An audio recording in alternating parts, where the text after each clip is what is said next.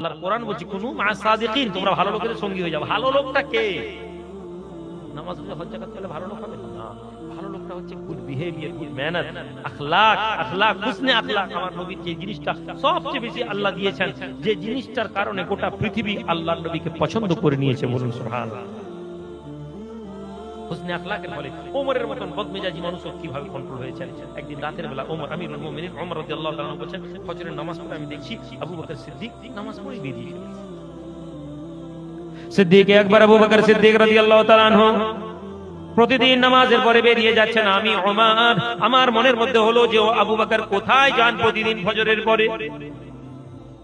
মুসলমান নামাজের পরে আমরা আপনার একটু ওজিফা পড়ি, তাসবিহ পড়বো, কিন্তু না, আবু বকর নামাজ শেষ হয়ে যায়, মসজিদ থেকে বেরিয়ে যায়। আমি ওমর, আমার মনের মধ্যে একটু খটকা লাগলো, আমার মনের মধ্যে প্রশ্ন লাগলো কোন জায়গায় আবু বকর যান। আমি ওমর একদিন নামাজের পরে আবু বকর বেরোচ্ছেন, আমি পিছনে পিছনে তাকে দাওয়া করলাম। আমি ওমর লক্ষ্য করলাম মদিনা থেকে একটু এগিয়ে গিয়ে একটি নির্জন বাড়ি আছে, ওই বাড়ির দরজার সামনে গিয়ে আবু বকর খুব সন্তর্পণে দরজাটা খুলে দিয়ে ওই বাড়ির মধ্যে প্রবেশ করে গেলেন।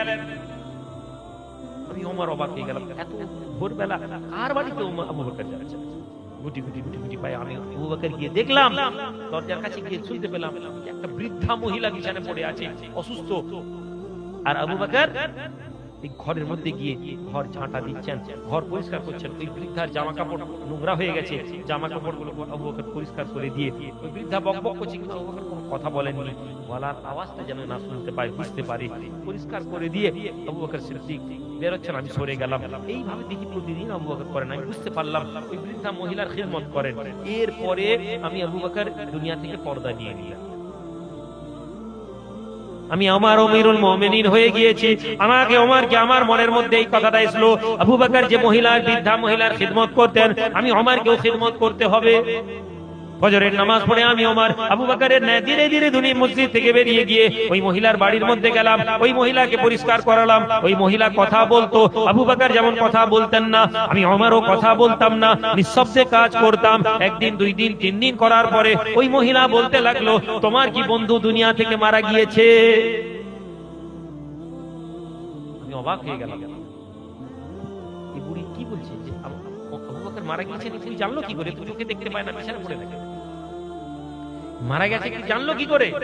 আর আবু বকর তো নেই। তখন আমি বাধ্য হয়ে গলার আওয়াজ ভাঙলাম। আমি বললাম যে তুমি জানলে কি করে আমার বন্ধু মারা গিয়েছে?